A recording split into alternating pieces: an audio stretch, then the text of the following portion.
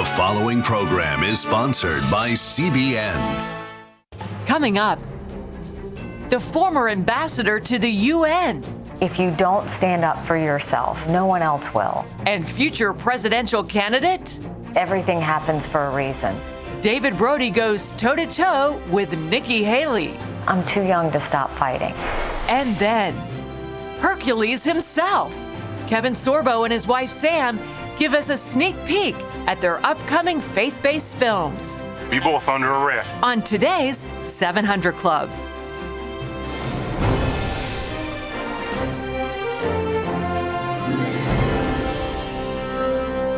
Welcome to the 700 Club. Her name is Dorothy, and she's not just in Kansas. This Thanksgiving storm is set to wreak holiday havoc in 20 states. And meanwhile, a huge Pacific storm is on its way that meteorologists could be historic. The big question, will the Macy's Thanksgiving Day Parade balloons be grounded due to high winds? Here's Gary Lane. It's not only in Kansas, Toto. Winter Storm Dorothy spread through the Rockies Monday and is now heading into the central U.S., making transportation difficult for Thanksgiving holiday travelers. Swakilia Brown was stranded in Kansas City as she traveled by bus from Atlanta to Denver. Due to Winter Storm Dorothy in Colorado, routes have been suspended between Denver, Colorado and Kansas City, Missouri. I don't know anybody here. I don't have any money. Rush hour, a mess in Denver Monday night. A winter storm advisory is in place until Tuesday evening, with up to 16 inches of snow expected in some places. That would make it the biggest snowstorm to hit the area in 3 years. So far, the airlines canceled more than 450 flights at Denver Airport. 200,000 people are expected to travel through there today. Nationwide, a record 51 million people will be traveling this Thanksgiving holiday. That's the highest number in 12 years. Meanwhile, in the Midwest, people are preparing for the worst. I've got chains for my car. So we have plenty of wine. Lots of wine, and a bulldozer. In California, high winds are fueling fires like this one above the mountains of Santa Barbara and forcing evacuations. Another big Pacific Coast storm, one that meteorologists are calling possibly historic, is on its way. Hurricane-force winds are expected in Northern California and Oregon later tonight. And on the East Coast in New York City, final rehearsals are underway for the Macy's Thanksgiving Day Parade. Wind gusts are expected to reach 40 miles per hour Thanksgiving Day and could ground many of these popular balloons. If so, it would be the first time since 1971. Gary Lane, CBN News. Thanks, Gary. Well, with us now is Weather Bell Chief Meteorologist Joe Bastardi. He's also the author of a book, The Climate Chronicles, Inconvenient Revelations You Won't Hear from Al Gore. Joe, it's nice to see you again. Hey, the weather warmed up, and then it's gotten so cold. Tell me what's going on. Well, we've got a major winter weather pattern for the United States, and it's interesting, ironic, if you want to call it that this is named Dorothy, because there's also going to be some severe weather with it across Arkansas into Missouri today. But this first storm lifts up. It's Denver to Duluth blizzard. Really is what's going to happen. Lincoln, Nebraska are going to get it quite a bit. Northwest Iowa, Minneapolis, St. Paul. And then that cuts across the lakes and turns east-southeastward off New England. And the colder air comes into the northeastern part of the United States and even down the coast toward Virginia Beach on Thanksgiving Day. And that's why that strong north wind in New York City may cause some problems with the Macy's Day Parade. Of course, you get a big back workout and hip workout trying to hold those balloons. Bart Simpson will wind up over Sandy Hook, New Jersey or something like that. But what happens after that is really fascinating because this storm is coming into California. This storm comes flying in about the same path, starts dumping snow in the same area Wednesday night, Thanksgiving Day.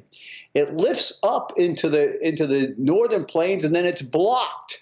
And when it's blocked, it starts sliding east-southeastward, winds up off the mid-Atlantic coast Monday morning. And this means, folks, that the Northeast, north of the Mason-Dixon line, the Great Lakes, these areas, the big travel problems are going to be over the weekend. In fact, I was talking yesterday about, a lot of big football games in the Big Ten on Saturday, for instance, from Minnesota, Wisconsin, all the way over to Ohio State, Michigan, and all those may be impacted by snow, sleet, freezing rain. And then that storm, this will be a first storm of the season with accumulating snow and ice down to Philadelphia, New York City, Boston, Providence, coming in for Saturday night and Sunday. So, and that's just going to, the return trips. We got to be also concerned about the return trips with the flying and the traveling may really be hampered in the Northeast over the weekend. So just a very, very active weather pattern. I remember the 71 situation, by the way. I was only a junior in high school. I was heartbroken because we got rain where I was in Atlantic City, but there was a big Thanksgiving Day snowstorm all over the place back inland across Pennsylvania and New York State. Is there any relief in sight that you see? It sounds like it's pretty grim for the next few days. Well, it's interesting, Pastor, that you could see this coming as plain as the nose of my Italian face over here, because this pattern is something that is being set up by things that are going on in other areas of the world. And so when we look down the road for the winter season, we've been since the summertime predicting a very active winter season across the United States. Lots of shots of cold air. So you're seeing this beginning to start. November was a month that was the computer models, the climate models said it was going to be real warm, actually turned out to be much colder than normal across the United States. They're having a real tough time handling this. So you get the old dogs like me. I'm 64 now. I guess that's not old. That's the new 40. But what happens is we go back and look at patterns that are similar to this, and you can see the similarities. And when you see those similarities, you use them and you get a chance to get a jump on the weather, and that's what we're trying to do. Joe, you've written a book about climate change, things that Al Gore wouldn't tell you. Is climate change causing all this stuff? Is there something about the global warming? What do you believe? The climate always changes. It's kind of interesting. Remember when Dorian was coming along? People say, well, it's miraculous it weakened coming off the Bahamas. Guys like me, and this is what the weather teaches you, folks. It teaches you humility, and you understand that it's in God's hands. Every day, no matter what the weather, it's a beautiful day in Virginia Beach today. That in and of itself is a miracle, too. So the little things and the big things are, they're in the same category as far as the overall picture. But what's happening today is people are weaponizing the weather. And when they weaponize it, for instance, do you think that if it were 1954, do you think we'd have all the video cameras out in Colorado and all these things going on? But we see everything now. We know everything now. And so what goes on is these people are saying, this is the worst ever. And you get guys like me go, no, it's not. Look at this storm. Look at that storm. You take the hurricane season, for instance. We had 19 named storms. Wow. About 8 or 9 of them may never have been named back in the 1950s because they were out in the middle of nowhere. And the hurricanes, for instance, the average intensity of the storms have fallen from what we call the ACE index of 12 per storm, 1950 to 1961, to under 9 per storm in the last 12 years. And even this year with Dorian, it would only average 7 points per storm. So what I'm trying to say is this is all part of a continuum. And what you see today, you got to understand the weather's a movie, not a snapshot. This scene that you see today has been set up for time eternal. And of course, we do look at what's going on now and say, well, it's getting a little bit warmer now. It was colder then. But we put it in perspective, and perspective teaches us history can solve the mystery. Joe, thank you. Well, we'll wait for history to solve it. In the meantime, the climate change people, if you're a climate change denier, they don't have any, you can't even teach in the schools today because it's become an item of faith. Well, in other news, I have said strongly on this program that there will be no impeachment, that the Democrats don't dare to do it. Well, I'm perhaps being proven correct now. House Democrats are starting to crack. Polls show support for impeachment is waning, and one representative is now breaking ranks. John Jessup has more on that story. Thanks, Pat. Michigan Representative Brenda Lawrence originally supported the impeachment inquiry. Now she's shifting gears, calling for a resolution to censure the president. Congresswoman Lawrence said with the election so close, she sees no value in impeachment. But she does believe it's important for the House to go on record labeling Mr. Trump's actions as wrong. Lawrence is from a safe Democratic district in eastern Detroit. Her move could lead vulnerable Democrats in swing districts to come out against impeachment. This, Pat, as recent surveys show, more independent and Democratic voters are less supportive of impeachment after the proceedings. I heard yesterday of a poll that indicated that the majority of people in America would be inclined to vote against somebody who was in favor of impeachment. And so Democrats in vulnerable seats will be very reluctant to go on record. Nancy Pelosi is a brilliant, brilliant politician. Her father was the political boss of Baltimore some years ago, and she knows how to count, and she knows what's the right thing. And it seems like to me Nancy Pelosi does not want a real vote. She let Adam Schiff and those guys, blow a vote against the president. But in terms of actually having a head count for impeachment, I don't think it's going to happen. But we'll see. I may be wrong, but we'll see what happens. John? Pat, turning overseas, the leader of Iran's Revolutionary Guard is blaming America for recent anti-government protests and threatening to retaliate. Addressing thousands of government supporters, General Hossein Salami calls the rising gas prices a pretext for attacks on his nation. Referring to the United States and his allies, he said, quote, "If you cross our red line, we will destroy you." Meanwhile, Amnesty International says it has clear evidence that Iranian security forces used deadly force against unarmed protesters and says the number of known dead now stands at 143. Pat? Thanks, John. As I have said many times, and it's true, the people of Iran despise the mullahs. They despise them. And so this small group of fanatic leaders is sitting on top of a volcano. And I think we should do everything in our power as a nation to encourage a regime change in Iran. It will come. The people do want to be free of this theocratic monstrosity that's been placed upon them. And I believe if Mike Pompeo and his troops stand firm, Iran is going to, we will see a collapse of that government. We certainly hope so. John? Pat, Turkey is risking new sanctions from the United States by testing radar that goes with its Russian-made air defense system against American-made warplanes. According to an online publication called The Drive, Turkey is using the F-16 Viper and F-4 Phantom fighters it purchased from the United States to test the capabilities of S-400 surface-to-air missile system it bought from Russia. That could give the Russians insight into defending against U.S. warplanes. Congress and the Trump administration have made it clear they do not approve of Turkey buying Russian-made weapons. And, Pat, that could lead to more sanctions. It's a tough situation. We've got 25 tactical nukes in Turkey, and we've already undermined our strong allies up there. And Erdogan was visiting the White House, and the president called him a good guy. And he's sure the people love him. They don't love any such thing. He is a vicious dictator. And the fact that he's now siding up to the Russians, that border zone is now a feeding ground for ISIS, for radicals. And the Turks have violated every promise they made. And Erdogan is a thug. He wants to be the new caliphate. He wants to control a vast swath of land. And he's going to, do whatever it takes to make that a fact. We need to recognize who he is. And the fact that we invited him to the White House and the president said he's a good guy.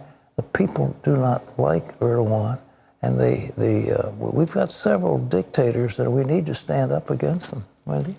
Our president seems to overlook some of those things in order to have some sort of make deals and, do other things. He seems to cozy up to dictators. I don't know, Kim Jong-un. I think he likes the challenge. It's a challenge because nobody else has been able to do it. No one else ever met with Kim Jong-un until him. I think he likes to be the first. Well, I would like him to be the first of something else. All right, well, what's next? Well, coming up later on today's show, with all due respect, the fiery former governor of South Carolina is taking a bold stand for her country. So what caused her to go straight home and cry in bed? CBN News catches up with Nikki Haley, and she answers the big question: will she run for president? Then, enter the ninja. How did this homeless crack addict wind up eating dinner with senators and becoming an American ninja warrior?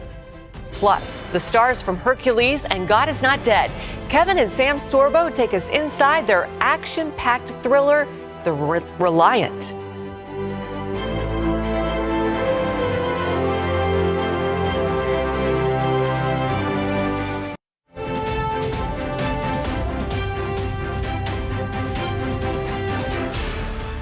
Well, she's a trailblazer with fire in her belly and plenty of experience running with the big dogs. Nikki Haley is also unafraid, dropping a bomb in her new book on two officials trying to thwart Trump's policies. Recently, our David Brody sat down with Haley and asked her the big question: will she run for president in 2024? Take a look. Nikki Haley certainly draws a crowd, and more often than not, they adore her. Here, in front of thousands of evangelicals at Liberty University, she has the honor of being the most requested political speaker. And it's easy to see why. I'm pro-life not because the Republican Party tells me to be pro-life. We caught up with her behind the scenes. Thank you, Lord, for Ambassador Haley. Lord, thank you that she's our sister in Christ. She's cruising through America to discuss her new book, With All Due Respect, Defending America with Grit and Grace. You just have to lay it all out there. And that she does, beginning with a childhood that placed a little Indian American girl in a small rural South Carolina town. We were the only Indian family in that small southern town. I talk about how we weren't white enough to be white, we weren't black enough to be black. My father wore a turban, still does to this day. My mother wore a sari, and they didn't know who we were, what we were, or why we were there. I remember when I would get teased on the playground, and I would come home and my mom would always say, your job is not to show them how you're different. Your job is to show them how you're similar. That parental lesson has served her well. Haley's been very successful and a trailblazer too. She was the only female executive in her first corporate job, South Carolina's first female governor, and when serving as U.S. ambassador to the United Nations, the only female sitting on the Security Council. There's never been a line to the women's bathroom in any of the jobs that I've had. But what I've learned is if you don't stand up for yourself, if you don't protect your integrity, no one else will. Hence the book title. After White House Economic Council Director Larry Kudlow suggested that she was confused about something that she said on a Sunday talk show, she knew her facts were straight and issued a statement, quote, "With all due respect, I don't get confused." I tried multiple ways to get them to fix this situation, and they didn't. And when they wanted to go basically throw me under the bus, you know, I wasn't gonna stand for that. But that didn't mean I needed to make a big stink about it. You can go and you can say something and you can kick with a smile. You can do it without being hateful, and you can do it by still being strong. And that's what I've always tried to do. Bless your heart, right? Yes. Yeah. Bless your heart.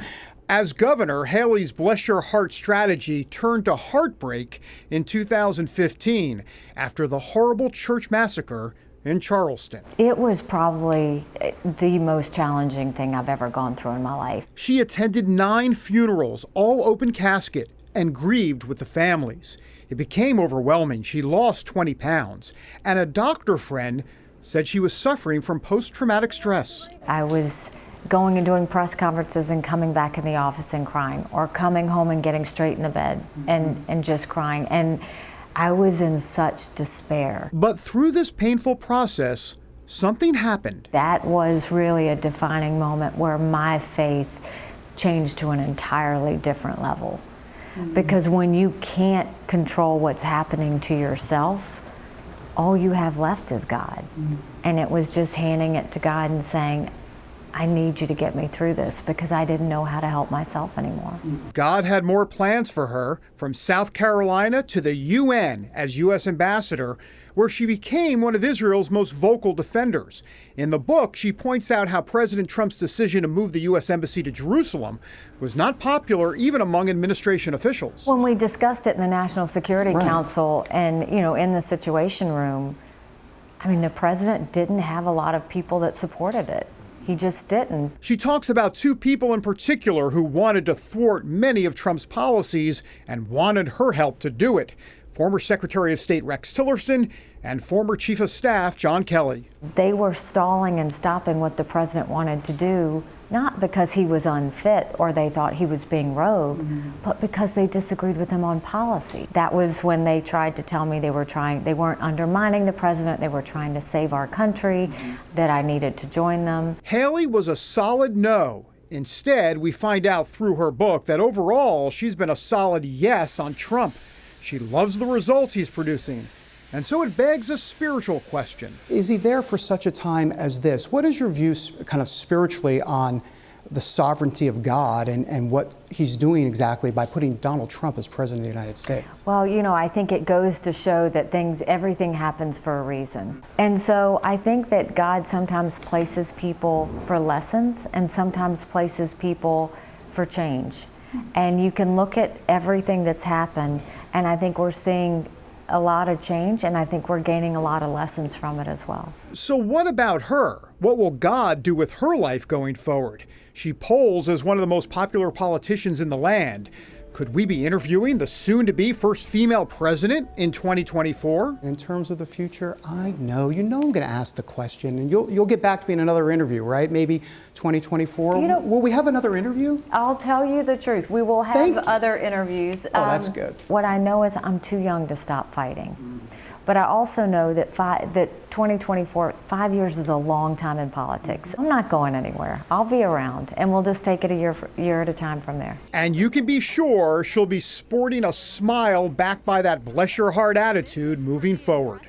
David Brody, CBN News, at Liberty University in Lynchburg, Virginia. Thanks, David. What an amazing lady. And I think he's right. If we're looking for a candidate in 2024, Nikki would be the overwhelming choice. It was interesting. Last night, my husband and I were saying that we both think, we would like to see her as president. We think that she could do it. Well, sure she could. She's an amazing, a wonderful lady. But anyhow, the book is called With All Due Respect. What a nice thing.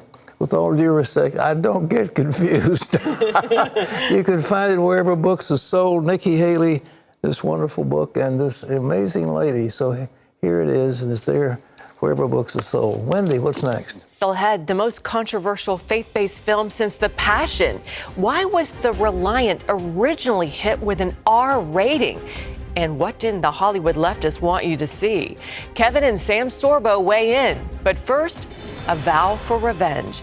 This vet's mom was brutally stabbed to death, and the murderer was his brother. So what stopped this blood vendetta? Find out when we come back.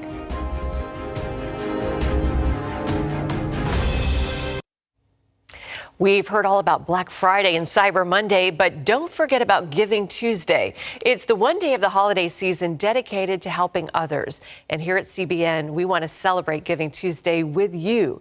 Now through December 3rd, CBN partners will match your gifts dollar for dollar as part of our Give Back Tuesday campaign. Because of that, more people will receive food, clean water, education, and disaster relief. And you'll help broadcast the gospel around the globe. Just log on to cbn.com, or you can call the number on your screen, 1-800-700-7000, and make sure to give back because so many people need your help. And it's a great thing to do during Thanksgiving week. Yes, it is.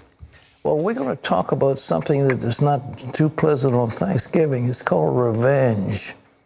Revenge. Sean Clayton lusted for his chance to spill blood. For years, he was consumed with murderous rage, wanting to slay the man who had killed his own mother. Sean never became a murderer, but he did become a ninja warrior. Watch this. Wow. It's just amazing like how far God can really take you, you know, from being a crack addict on the streets to running ultra marathons and sitting in senators' houses having dinner with them. We grew up in a trailer. My dad, he decided he was going to send missionaries and start a painting business. When Sean was 12, his parents also made the decision to adopt 3 children from Guatemala. They seemed happy. They were happy to be in the family. Me and my older brother, Hugo, had started to work with my dad. Hugo has trouble because he wasn't waking up to go to work like he was supposed to. The quiet day of work was interrupted by a phone call from the police. Something was wrong at home. Me and my dad were driving home trying to figure out what was going on. I remember flying down the highway. I was crying. They had already taken my brother Hugo back down to the house to start getting his story. He said that he walked in the house. Somebody was in the house with a bandana. They ran past him out the back door. He saw my mom laying on the ground bleeding and ran up the street. They noticed things weren't lining up. By that night, police had pieced together the real events. Around like 3 o'clock in the afternoon, he was playing the Nintendo. My mom told him that he needed to go to his school. He ended up bringing the math book in, had the knife under the math book, and she grabbed it and saw the knife and screamed, and that's when he killed her. He was 14. He ended up getting charged as a juvenile, and he got sentenced to 11 years in prison.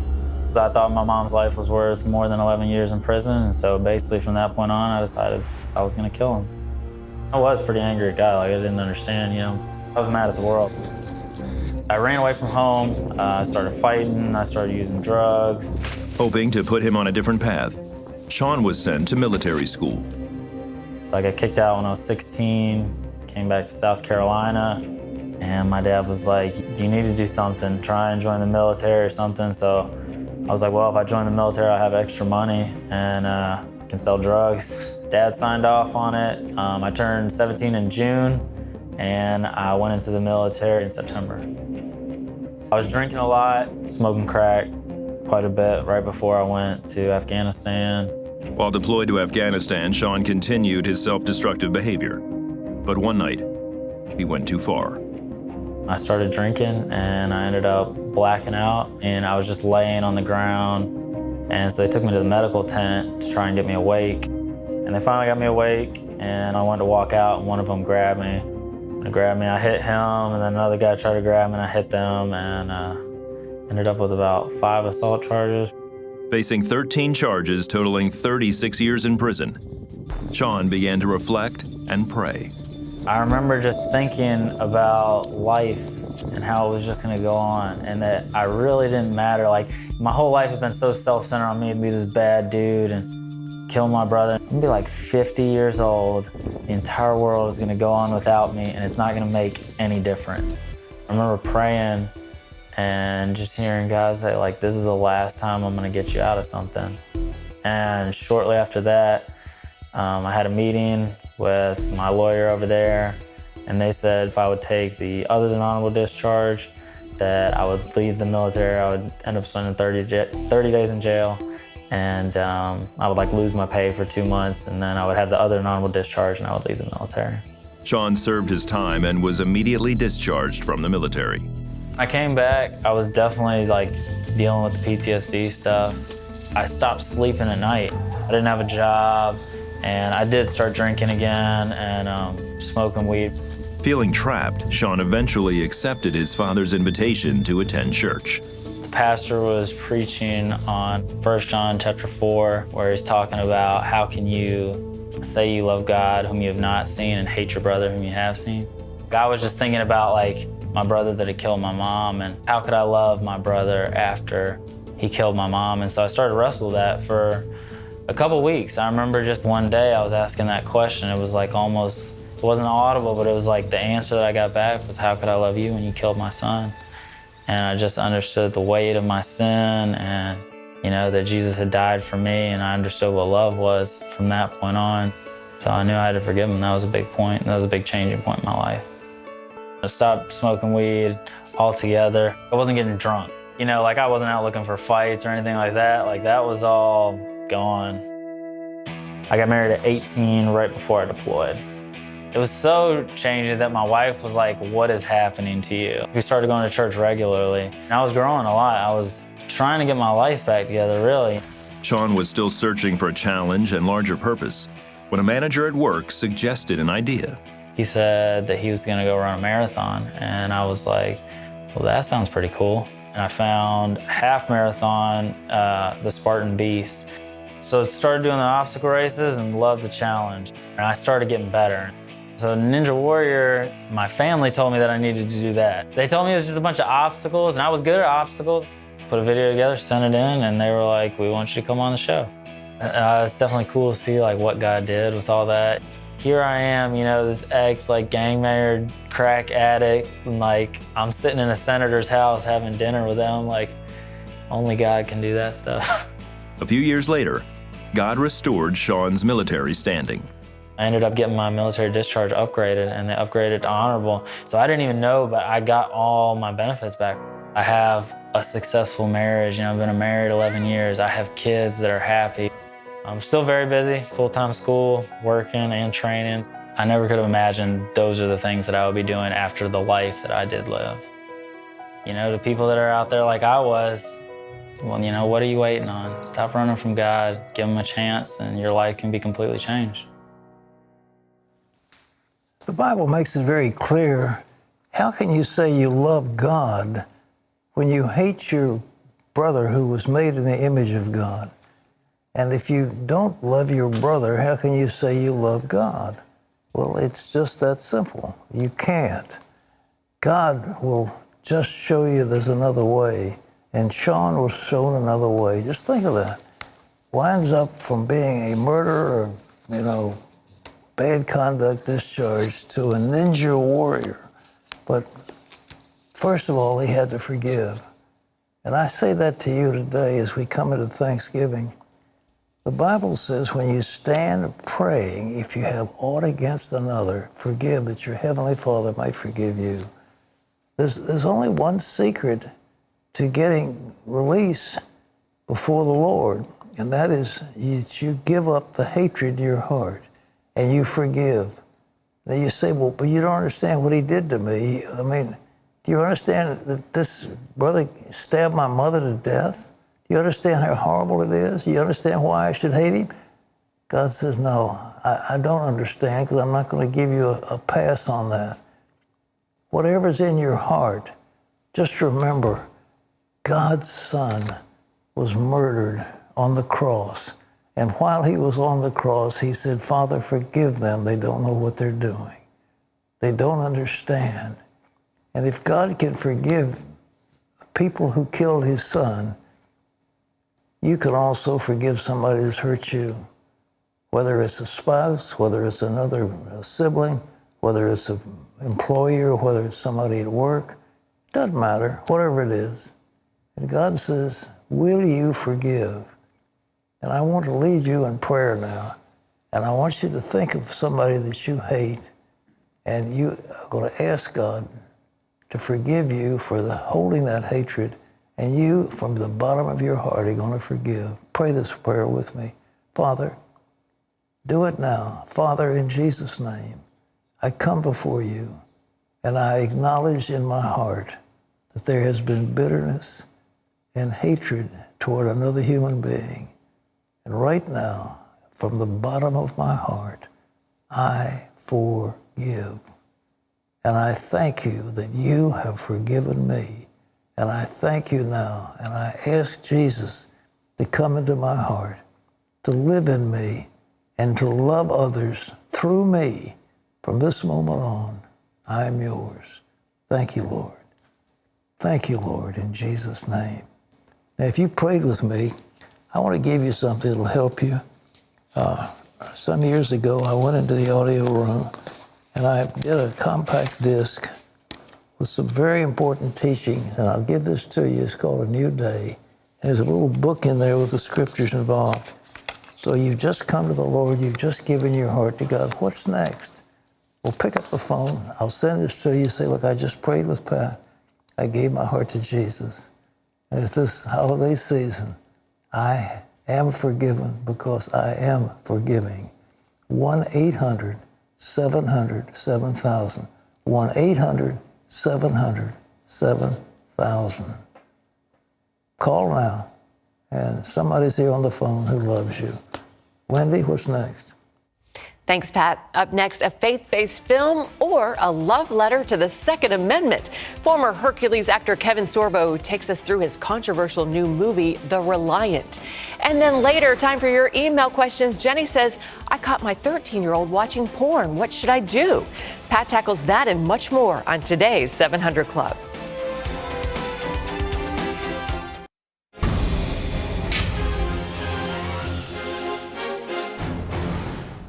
Welcome back to Washington for this CBN News break. A federal judge ordered former White House counsel Don McGahn to testify before Congress. The decision comes as a blow to the administration's policy of non-cooperation with the impeachment inquiry and could embolden House Democrats to compel testimony from other White House aides. The administration is expected to appeal. Another important ruling Monday, this one from the Supreme Court. The justices have denied House Democrats immediate access to President Trump's financial records. A lower court had ruled the records be released. The high court temporarily stayed that order. Well, despite lawsuits and impeachment hearings, it's beginning to feel a little bit like Christmas in Washington. A spruce and a fir tree have made their way to the Capitol and the White House Monday. First Lady greeted a 20-foot Douglas fir on the north lawn. The evergreen from a Pennsylvania tree farm will grace the Blue Room this Christmas season. Over on Capitol Hill, a 65-foot blue spruce traveled more than 2,000 miles from New Mexico, just in time for the official Capitol Christmas tree lighting next week. Well, you can always get the latest from CBN News by going to our website at cbnnews.com. Pat and Wendy will be back with more of the 700 Club right after this.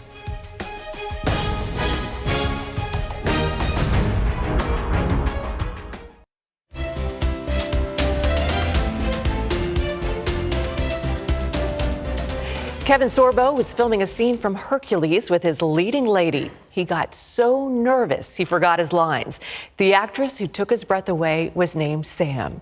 Soon afterwards, she became Mrs. Kevin Sorbo. 20 years later, Kevin and Sam are still making movies. Take a look. Kevin and Sam Sorbo have made a huge mark on the faith-based movie genre, writing, directing, and acting in numerous projects. Coming soon, Kevin stars in The Reliant, an action film about a family holding on to faith amidst national chaos.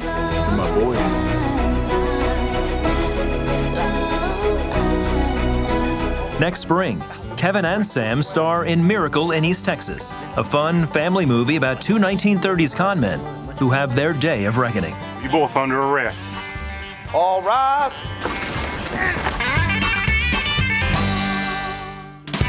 Nice music. All right. Well, Kevin and Sam Sorbo are back with us. Guys, welcome back to the show. Thank you. It's good to be here. Yeah. Well, you guys have both found a niche in faith-based films. You're obviously Christians. I don't think that's a big jump conclusion. Have you noticed a difference in the way Hollywood treats you now that you've been outed as believers? Wow. How do I answer that? We work our own thing, and Hollywood does its thing, and sometimes we work together, and sometimes we don't. It's, you know. You know, it's interesting. When God's Not Dead came out, we went to a screening of Noah. And somebody asked the producer that came on to, we were at the Paramount lot, and somebody asked the producer, do you think Hollywood would do more? Because if you saw Noah, as my wife says to me halfway through the movie, she goes, this isn't the story of Noah. This is Waterworld meets Transformers. Yeah, it was really crazy.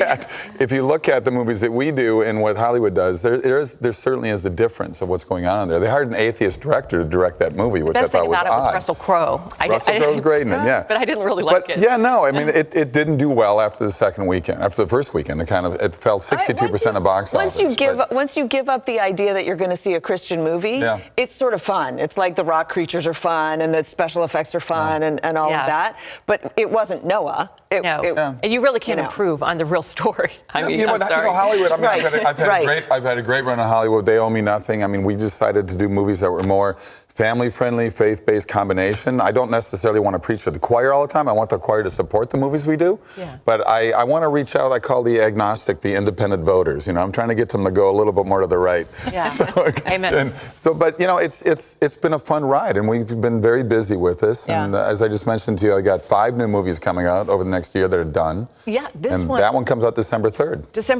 The Reliant. This was kind of controversial. I mean, they originally gave you an R rating, and you didn't like that. Well, yeah, we kind of fought with it, saying, I mean, you start comparing to other R-rated movies, even PG-rated movies. I mean, it deals with the economic collapse of America, riots happening, and people are crazy. My house gets attacked by a bunch of bad guys. We're a Christian family, but we're a Second Amendment family as well. When they get fired back with our own guns, they go, wait a minute, these guys aren't supposed to have guns too, you know, so. There are critics who felt this movie glorified gun violence.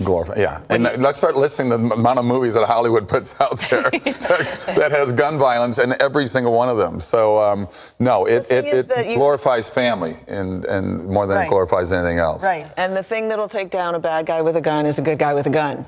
Yeah. I mean, words aren't going to help you then. The scary thing was you could actually feel like this could really happen. You know, when you're watching this. This wasn't just science fiction. You see what's going on the streets even today on college campuses when these little riots break out here and there, these Antifa gangs running around, you know, irons and masks on, and you see that happening. So if we ever happen that in America, who knows what could possibly happen? And I just realized we didn't really tell people exactly what it's about. What is The Reliant all about? Well, it is the economic collapse of America, and riots break out everywhere. And I'm trying to protect my family. And actually, I'm with my son and my future son-in-law, and we're in a hardware store, and the riots break out right then and there. We saw things happening as we're going to town. What's going on? We're stuck in the middle, and we just try to get out of Dodge. And I get to my family. Well, it was intense. It was intense. There's no question. Incredible. Well, next year you'll both be in a movie together. It's called Miracles in East Texas, a mostly true story. Tell us about that, Sam. Go ahead. So it's inspired by the true story of the East Texas oil strike, which was the biggest oil strike in the history of the world. And it's off of that oil strike is how Hunt created his empire, basically his oil empire. Story of Lamar Hunt. And overnight he became the richest oil man in the history of the world. And but this is a romantic comedy. We're in festivals right now. We're winning best romantic comedy, best narrative feature, best faith film. Judge's favorite, audience favorite. I love the fact they can't like pigeonhole where it is, because I look at this like a Blind Side movie, where people of faith looked at Blind Side and said, this is a Christian movie. Yeah. People that weren't of faith said, nah, it's a sports movie. It's about this kid that got a good break with the Texas family. So I want to do movies like that reach across the aisle. I want, you know, we're supposed to harvest, right? And that's what we're trying to do with the movies that we're making. And it's a wonderful movie. It's a true story. And you mentioned the music. All the music is pre-1930s. And I got to drive around a 1928 car. It was awesome. We shot up in Calgary in the same location they shot Unforgiven and Lonesome Dove. And it was just a wonderful. I directed it. Sam produced it. And it's about, you know that old adage, leave it better than how you found it? Yeah. I think that's what we're called to do in the world. So we're trying to leave the world better than we found it. And I would encourage people who are in the arts to consider what they're doing and what they're pouring into the culture, and if it will be for the betterment of the culture or for the despair, right? So that's what we're trying to do, is make films that uplift and inspire and encourage people and bring hope. Well, you two have been married for 20 years now? 22. 22 years. She's gonna give me one more year. One more year. That's practically unheard of. Well, 10 years in Hollywood is a golden anniversary, so we've done pretty well. Exactly. So tell us your secret. How do you do it? I just say yes. You know, I just agree with everything she says. So that's the moment where you forgot your lines, and it was just. That was it was, and I'm good at my lines. I'm good at hitting my mark. It was a weird day, and I looked at Michael Hurst. Michael Hurst, who plays Violas, my sidekick in all the episodes. I'm like, oh, Michael, help me. He goes, Bunny, you're on your own. He said, I can't help you here. So. Well, you guys don't just have movies. 5 coming out, right? Got 5 coming. Yeah. You have a devotional also, we do. Which is right here. Please. Yes. Let me pick this up. Along with the book. Show the movie again. Right. So Share the Light and a devotional, and this is for anybody. Yes. Oh, yeah. Okay. Yeah. So Let There Be Light was a Christmas movie that we did, and we're encouraging people to watch it again this Christmas. Please, go to kevinsorbo.net. You want an autographed copy? It's uplifting. It's inspiring. You will love it.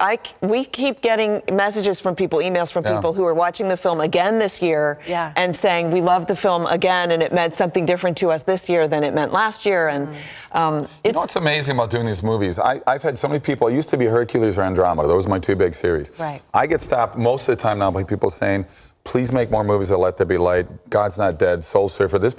I've had people come up to me that were Muslims and said, your movies have made me become a Christian. Oh my goodness. It's incredible to me. And the first time it happened, this was about 5 years ago at the airport, 4 years ago in Salt Lake City. And I get more and more messages like that to my fan site. It doesn't get better than that. It's unbelievable what's going on. I mean, that's what it's about, right? We want to inspire people. We want people's lives to be better. And they are because of you guys. Thank you so much for what you're doing.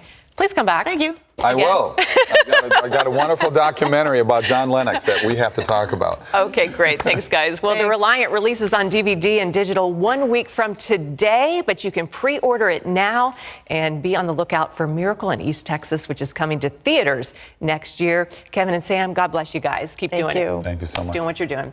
Well, still to come, the part of the show you've been waiting for, except for this interview, of course.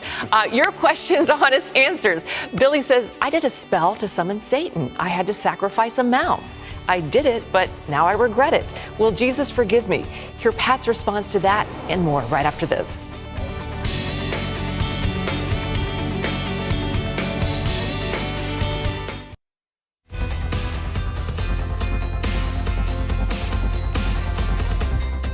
Welcome back to the 700 Club. It's time for your questions and some honest answers from Pat. We'll start with Jenny's question. She says, I caught my 13-year-old watching porn.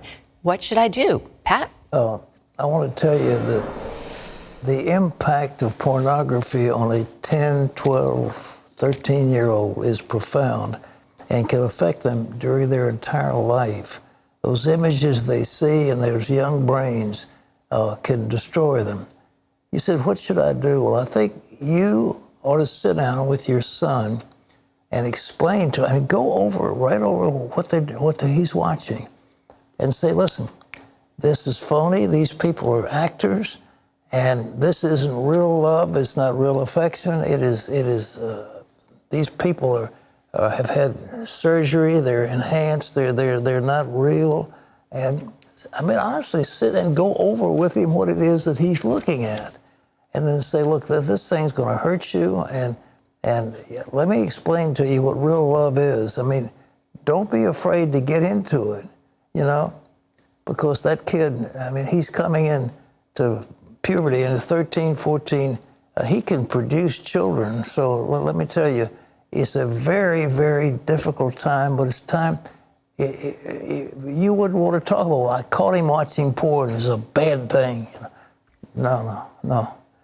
Sit down with him and say, let's go over what were they doing and where did it come from, and then show the set they're in. There's some makeup room, some little hotel room, someplace that they're using as a studio. I mean, it's all phony. Tell them that and go over it with them, okay? All right, Billy says, I did a spell to summon Satan. I had to sacrifice a mouse. I did it, but now I regret it. Will Jesus forgive me? Well, the mouse forgive you. No, seriously. Listen, people do funny things with their kids, and will the Lord forgive you? Of course he will. But what you've got to do is repent and then realize that you can't dabble with the occult without getting hurt. Satan wants, what Satan wants more than anything else is worship. He wants somebody to worship you. And even if it's negative, he wants that. So what you were doing, you were trying to call up Satan in a spell, and you had some kind of a sacrifice. Ask God to forgive you, and then confess what you've done, and then take the forgiveness and move on with your life, but just stay away from that stuff, all right? All right, Mitchell says, can God change the heart of a person from bad to good? Well, that's the whole deal about being born again. Except a man's born again, that's being born again. It's changing somebody's life. You're going this direction, now you've turned in, the Greek is metanoia. You have an afterthought, and you say, I'm going the wrong way, and I change. That's what the whole thing about conversion is, all right? Well, this viewer says, I was born and raised a Christian, yet when I was 17, I fell from God-hated God. I blamed him for all my struggles. I always thought I was a modern-day Job, made to suffer in life. I have since repented, but for some reason, I never feel forgiven. I've given my heart to Christ many times, thinking I've backslidden to the point that I'm not a Christian anymore. I just kept blaming God for my problems. How do I get out of this cycle? Well, what you've got to do is believe God. Take a verse of the Bible. You know, let the words of my mouth and the meditation of my heart be acceptable in thy sight. And you say, having a conscience cleansed from dead works that should serve the living God. And say it over and over again until it gets in your mind. That's what you need to do. You don't want to keep living these things. You make mistakes. We all make mistakes. And God knows we're made out of dirt. We're flesh and blood, and he understands that. And so you come to him and say, Lord, be merciful to me, a sinner. I have made a mistake, and I ask your forgiveness, and he'll do it. But you've got to then rely on the fact that his word is true, and you must accept the word of God and say, this is what is true, and I receive that, and I will not take those lies. We leave you today's power minute from the book of John. From his abundance, we have all received one gracious blessing after another. For Wendy and all of us, this is Pat Robertson. See you tomorrow. Bye-bye.